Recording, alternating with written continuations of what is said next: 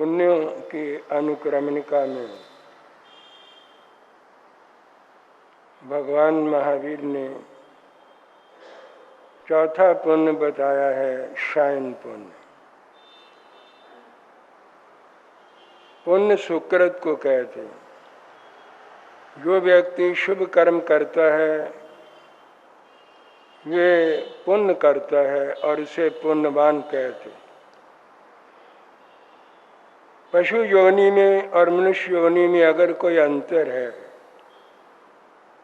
जीव तो समान ही है, लेकिन एक जीव पशु योनि में चला गया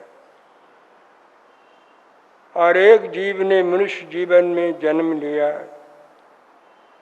तो दोनों में अंतर डालने वाला अगर कोई कर्म है तो वो पुण्य कर्म है। उस पशु योनि में रहने वाले जीव ने विशेष पुण्य नहीं किया, पाप किया है।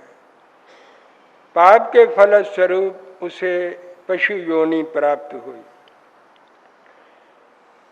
और जिस जीव ने पुण्य किया है वो मनुष्य योनि में आया। लेकिन हम मनुष्य योनि के अंदर भी डिफरेंस और अंतर देखते हैं। किसी व्यक्ति के पास सुख साधन अधिक हैं, किसी के पास कम है। किसी के पास यश और प्रतिष्ठा अधिक है और किसी को यश प्रतिष्ठा कम प्राप्त होती। कोई ऊंचे ऊंचे पदों पर चला जाता है योग्य न होने पर भी, लेकिन एक व्यक्ति उससे निम्न पद पर रहता है। हम पदों में भी, प्रतिष्ठा में, यश में, सुख साधनों में, मानव जीवन के अंदर भी अंतर देखते हैं। तो ये जो सामाजिक अंतर है, इसका मूल कारण जैन धर्म ने कहा है पुण्य और पाप। जिसने पाप अधिक किया है वो निम्न योनि में है, उसके पास निम्न साधन है। जिसने पुण्य किया है उसके पास उच्च साधन है, अधिक साधन है। तो ये सारा अंतर पुण्य कृत और पाप कृत है। तो व्यक्ति ये सारा कुछ देखकर इस प्रकृति से आगे के लिए कुछ सीखे और जीवन में अधिकाधिक पुण्य संचित करने का प्रयत्न करे। कैसे पुण्य कमाया जाता है, कैसे अर्जित किया जाता है, ये बात जैन ग्रंथों ने अच्छी तरह समझाने का प्रयत्न किया है। चौथा पुण्य है शयन पुण्य। शयन का अर्थ है सोना, लेकिन सोना कोई पुण्य नहीं है। निद्रा लेना ये तो दर्शनावर्णीय कर्म का उदय है। लेकिन शयन और निद्रा के अंदर मौलिक अंतर है। एक व्यक्ति आलस के कारण, प्रमाद के कारण निद्रा की आगोश में गोद में पड़ा रहता है, पुरुषार्थ नहीं करता, मेहनत नहीं करता, काम करना नहीं चाहता, निकम्मा बन करके बैठा रहता है, पड़ा रहता है। ये कोई गुण नहीं है, ये दोष है। और दर्शनावर्णीय कर्म का उदय जिसके जीवन में अधिक होता है वो प्रमाद आलस के कारण निद्रा की आगोश में पड़ा रहता है। लेकिन शयन एक अलग चीज है। शयन का मतलब है विश्राम, आराम लेना। विश्राम जीवन के अंदर बड़ा जरूरी है। विश्राम पुरुषार्थ करने के लिए भूमिका बनाता है। जो व्यक्ति पुरुषार्थशील है, मेहनत करता है, शारीरिक पुरुषार्थ करता है, ऐन्द्रिक पुरुषार्थ करता है, मानसिक पुरुषार्थ करता है और दिमागी पुरुषार्थ करता है, उसकी शक्ति नष्ट होती है, शक्ति का व्यय होता है। और उस शक्ति को पुनः प्राप्त करने के लिए विश्राम की जरूरत है। हर व्यक्ति को, चाहे गृहस्थी है, चाहे वो महात्मा है, विश्राम की हर व्यक्ति को आवश्यकता रहती है। तो विश्राम करना पुण्य नहीं है, ये तो अपनी आवश्यकता है, जरूरत है। लेकिन दूसरे को विश्राम देना ये शयन पुण्य है। ये बड़ा एक गंभीर विषय है। इसको समझने के लिए महत्वपूर्ण बातों को और समझना भी जरूरी है। शयन के कुछ साधन भी हैं। शयन कक्ष भी होता है और शयन के लिए अनुकूल वातावरण बनाना भी जरूरी है। इसको भगवान महावीर ने शय्या पुण्य कहा है। दूसरे को शय्या देना और विश्राम के लिए बिछौना देना, बिस्तर देना, बेड देना, पलंग देना, खाट और खटिया देना। अगर ये चीजें आप नहीं दे सकते, देने की भावना नहीं है, तो कम से कम एक चटाई तो दे सकते हैं सोने के लिए। एक चटाई के देने से भी पुण्य होता है और वो व्यक्ति रात भर चटाई बिछा करके उसके ऊपर वो आराम से रात अपनी गुजार देता है। अगर चटाई भी नहीं दे सकते, खराब हो जाएगी, मैली हो जाएगी, बिगड़ जाएगी, फिर कहाँ से लाएंगे? कोई ऐसी बात भी कंजूस और कृपण आदमी जिसका हृदय बड़ा छोटा है वो ऐसी बात भी सोच सकता है, लेकिन एक टाट तो दे सकता है, एक बोरी तो दे सकता है। आप कहते नहीं बोरिया बिस्तरा, बोरी बिस्तरा क्या है? बोरी कम से कम सोने के लिए एक हल्का और बड़ा साधारण साधन है। अगर आप ये भी दे देते तो भगवान ने कहा पुण्य अर्जित हो जाता है। चीज का कोई महत्व नहीं। चीज का क्या महत्व है? आप बड़ी बड़ी चीजें अमीर लोगों को दे देते। 1 लाख रुपए का लहंगा, 1 लाख रुपए की रेशमी साड़ी आप अगर किसी अमीर आदमी के विवाह के ऊपर दे देते हैं तो क्या पुण्य लग जाता है? कोई पुण्य नहीं लगता। केवल एक व्यवहार है, केवल एक शिष्टाचार है। ये तो आदान प्रदान है। आज आपने दिया कल वो देगा। ये तो एक सामाजिक एक व्यवहार है जो आप पालते हैं। इसके पीछे कोई पुण्य नहीं होता। लेकिन अगर आप एक साधारण कपड़ा या कोई चटाई या कोई बोरी या कोई टाट एक गरीब आदमी को रात को सोने के लिए, आराम करने के लिए दे देते हैं तो भगवान कहते हैं आपकी उसके पीछे भावना ये है कि ये आराम से सो जाए, इसको तकलीफ ना हो, इसको कष्ट ना हो। तो इस भावना के पीछे छिपा रहता। भावना का मूलाधार आपका मन है और पुण्य का मूलाधार आपकी भावना है। आप कौन सी चीज किस भावना से दूसरे को देते हैं तो इसके ऊपर आपका पुण्य निर्मित होता है, पुण्य आपका बनता है।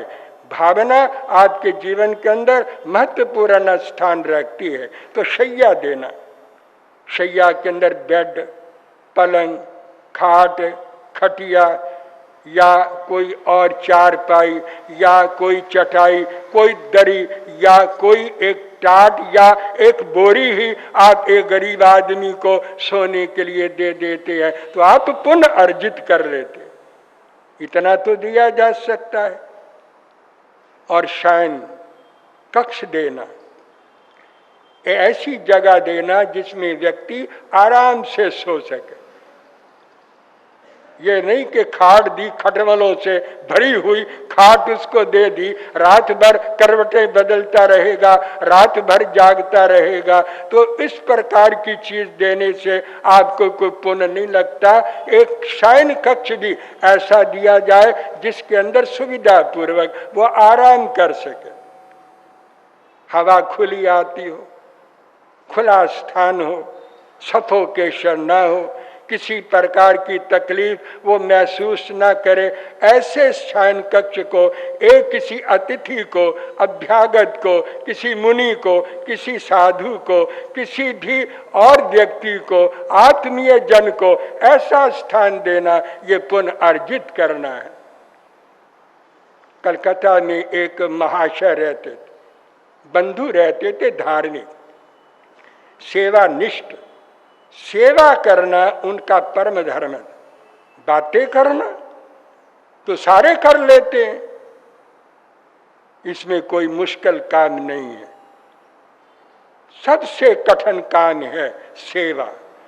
जब व्यक्ति हारता है, सेवा के सामने हारता है, सेवा के लिए पास बैठना पड़ता है, चीज देनी पड़ती है, रात भर जागना पड़ता है, दूसरा आवाज दे फौरन खड़ा हो जाए और उसके सराहने जा करके खड़ा हो जाए और उसे पूछे आपने क्यों मुझे आवाज दी है, इतना सजग रहे और सोते हुए भी उस व्यक्ति का ध्यान रहे कि इसकी मुझे सेवा करनी। ऐसा व्यक्ति पुण्य कमा सकता है। सेवा को जैन धर्म ने वैया व्रत कहा है और सेवा से तीर्थंकर गोत्र की उपार्जना हो जाती। व्यक्ति सेवा करके तीर्थंकर गोत्र का उपार्जन कर लेता है और आगे के लिए तीर्थंकर बनने की भूमिका तैयार कर लेता है। जो सहनशील लोग हैं, धैर्यवान लोग हैं, त्यागी लोग हैं, अपने सुखों को दूसरे के सुखों के लिए जो छोड़ सकते हैं और विनीत लोग हैं, हाथ बांध करके खड़े रहते हैं और दूसरों के सुखों के लिए जो अपने सुखों का परित्याग कर सकते हैं, वो लोग सेवा कर सकते। तो ऐसा शयन कक्ष उसको दिया जाए। वो नाग महाशय ने एक बार एक झोंपड़ी के अंदर एक गरीब आदमी को देखा, वो जमीन के ऊपर लेटा हुआ, उसके तन पर पूरे कपड़े भी नहीं थे और धरती के ऊपर ऐसे जमीन पर लेट रहा, रोगी भी था, अशक्त भी था। अकस्मात उसकी नजर उसके ऊपर पड़ गई जाते हुए, वो उसकी झोंपड़ी में चला गया और उसकी स्थिति को देख करके वो फौरन घर में गया और एक बिछौना उठा करके ले आया अपना, जिस पर वो सोता था, और वो बिछौना उसके नीचे बिछाकर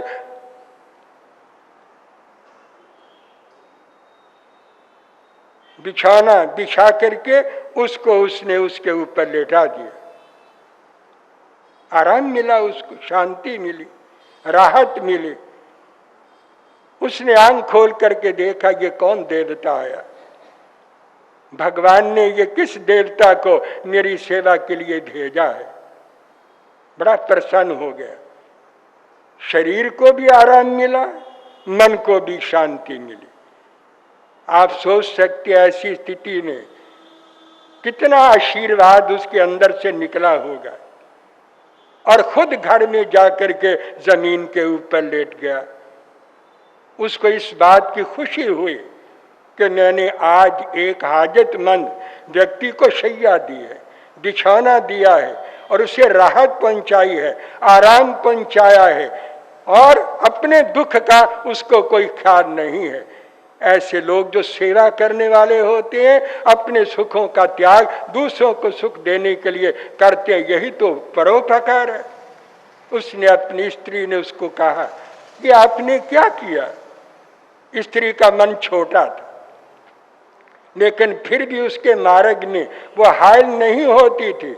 उसने उसको कहा आत्मार्थम जीव लोकेस्मिन् को न जीवति मानवा परोपकारार्थम जो जीवति सा जीवति। प्रिय मेरी बात सुनो, अपने लिए कौन नहीं जीता, अपने सुखों के लिए कौन प्रयत्न नहीं करता, अपने परिवार के लिए, अपने बाल बच्चों के लिए, अपने जीवन के लिए कौन प्रयत्न नहीं करता सुखों के लिए। आत्मार्थम जीव लोकेस्मिन् को न जीवति मानवा परोपकारार्थम जो जीवति सा जीवति। जो दूसरों को उपकार के लिए और सुख देने के लिए जीता है, वही तो जीता है। क्या मेरी रात नहीं गुजरेगी, ज्यादा आराम में गुजरेगी। उसको आराम मिला और उसको सुख देकर मेरे मन को आराम मिला, मेरे मन को सुख मिला, और ये रात ज्यादा अच्छी तरह गुजरेगी, क्योंकि मेरे मन में ये ख्याल पैदा हुआ, आज मैंने एक बिछौना दे करके, शैया दे करके एक व्यक्ति को आराम पहुंचाया, विश्राम पहुंचाया और उसको सुख दिया, ये रात ज्यादा सुखद रहेगी मेरे लिए। यही तो सोचने की बात है। बात यह है, जो इतनी बातें सोच सकते वही तो दूसरे के लिए कुछ कर सकते हैं। जिसके मन में इतना भी ख्याल नहीं आता, वो दूसरों के लिए बड़ा त्याग कैसे कर सकते हैं। तो शयन कक्ष भी देखना पड़ेगा, कैसा शयन कक्ष। आदमी खुद कहीं सोए, लेकिन अतिथि को, अभ्यागत को, संत को, सन्यासी को, महात्मा को, जो आपके घर में आया है और रैन बसेरा उसने करना है, ऐसी जगह उसको दो जहां रात भर वो बैठकर या सो करके आराम कर सके और सुबह बिहार की उसकी ठीक भूमिका बन सके। ये पुण्य है। एक और भी चीज है जो सोचने वाली है। बाल, वृद्ध, रोगी, श्रांत, चार ऐसे लोग होते हैं जिनको ज्यादा विश्राम की जरूरत। बच्चा अपना बिस्तर आप नहीं बिछा सकता, अगर उसका कपड़ा उतर जाए वो खुद नहीं ले सकता। जैसे माँ बच्चे का कितना ध्यान रखती है, कपड़ा उतर जाता कपड़ा देती, बिछौने में वो गीला कर देता उसको बदल देती, वो जरा रोने लगता है फौरन वो जाग पड़ती है और वो क्यों रोता है वो उसको जानने की कोशिश करती है। इसके पीछे कोई पुण्य नहीं है, इसके पीछे मोह है, इसके पीछे राग है। ये सारी दुनिया राग से जुड़ी हुई है और इस सारी दुनिया की जो परवश है और पालन पोषण है, भरण पोषण है, वो मोह कर रहा है, राग कर रहा है। राग से ही सारी दुनिया खड़ी है, लेकिन इसके पीछे पुण्य की कोई बात नहीं, कर्तव्य पारायणता की बात है। ये तो कर्तव्य पारायणता है। लेकिन अगर कोई अनजाना व्यक्ति, गरीब व्यक्ति, आप उसका इतना ध्यान रखते हैं तो ये पुण्य हो जाता है। बाल व्यक्ति का ज्यादा ख्याल रखना पड़ता है, वो बालिक है, अपना काम खुद नहीं कर सकता। रोगी है, रोगी भी एक असाध्य रोगी होते हैं, एक साध्य रोगी होते हैं, एक शक्त है, एक अशक्त है। एक खा सकते हैं, अपना बिस्तर बिछा सकते हैं, पानी पी सकते हैं, वो अपना काम खुद कर सकते हैं, आ जा सकते हैं, उनका इतना ध्यान रखने की जरूरत नहीं है। लेकिन एक ऐसा रोगी है, उसको पूरा आराम देने की जरूरत है, विश्राम देने की जरूरत है और उसका ध्यान आपको ज्यादा रखना है। वो कपड़ा नहीं बदल सकता, बिछौना नहीं बिछा सकता, उठ के इधर उधर आ जा नहीं सकता, उसके लिए ध्यान रखना। ये उसको आराम देने वाली बात है कि वो आराम से सो सके, चैन आ सके, नींद आ सके। इस प्रकार का यत्न करना, इस प्रकार का व्यवहार करना भगवान महावीर ने पुण्य अर्जन करना कहा है। इससे भी पुण्य कमाया जा सकता है। छोटी छोटी बात में पुण्य हो जाता है और छोटी छोटी बात में पाप हो जाता है। एक बुढ़िया जा रही है, उसकी लाठी गिर गई है, आप लाठी उठाकर उसको दे देते हैं, पुण्य हो गया। एक बहन एक बस के अंदर खड़ी है, बच्चा लेकर के खड़ी है, आप बैठे हुए हैं, इतनी बड़ी सीट आपने रोक रखी है अपने सुख के लिए, आप उस माता को, बहन को देखते हैं, ये आराम में नहीं है, बच्चा भी है और ये बहन है, इसको जगह दी जाए। आप उठ करके खड़े हो जाएं या पीछे हट जाएं और उसको बैठने के लिए माता को जगह दे दे, पुण्य हो गया। और पुण्य कैसे होता है? पुण्य कोई स्थानक में होता है, पुण्य कोई घर में होता है। आप हर जगह अपनी भावना को इस प्रकार बना करके पुण्य अर्जित कर सकते हैं, तो वो कक्ष भी उस शयन के अनुकूल होना चाहिए। रोगी के बाद आता है श्रांत, वृद्ध पुरुष है, उसको भी ज्यादा आराम देने की जरूरत है, वृद्ध का ज्यादा ध्यान रखने की जरूरत। और एक श्रांत, थक गया है, थकावट है, दिन भर थका हुआ आया और स्त्री जो है वो कटु वचन बोल रही है, कड़वा बोल रही है, क्या सोएगा? आप भोजन भी अच्छा खिला दें, कक्ष भी अच्छा दे दें, लेकिन मानसिक शांति नहीं दी, मानसिक प्यार नहीं दिया, आपने सहानुभूति नहीं दिखाई, दो शब्द अच्छे नहीं बोले, क्या रात को सोएगा? कक्ष भी अच्छा है, पलंग भी बहुत अच्छा है, बेड भी बहुत अच्छा, डनलप का गद्दा है, लेकिन आते ही जो आपने कठोर शब्द बोले हैं वो उसके दिमाग के अंदर घूमते रहेंगे, रात भर वो सोएगा नहीं, साइड्स बदलता रहेगा। भगवान कहते पाप हो गया। अगर पुण्य कमाना है तो मधुर बोलो, दूसरे के मन को शांति दो, दिमाग को शांति दो, कक्ष अच्छा दो और उसे सोने के लिए एक अनुकूल साधन दिए जाए, तो भगवान कहते हैं इन सभी बातों में शयन पुण्य लग जाता है। ये चौथे प्रकार का पुण्य है। मैं इसके ऊपर और अधिक ना बोलूं, बस आज इतना ही, शेष फिर अगले पुण्य के ऊपर विवेचन मैं आपके समक्ष प्रस्तुत करूंगा। बस जय अहिंसा। ओम शांति।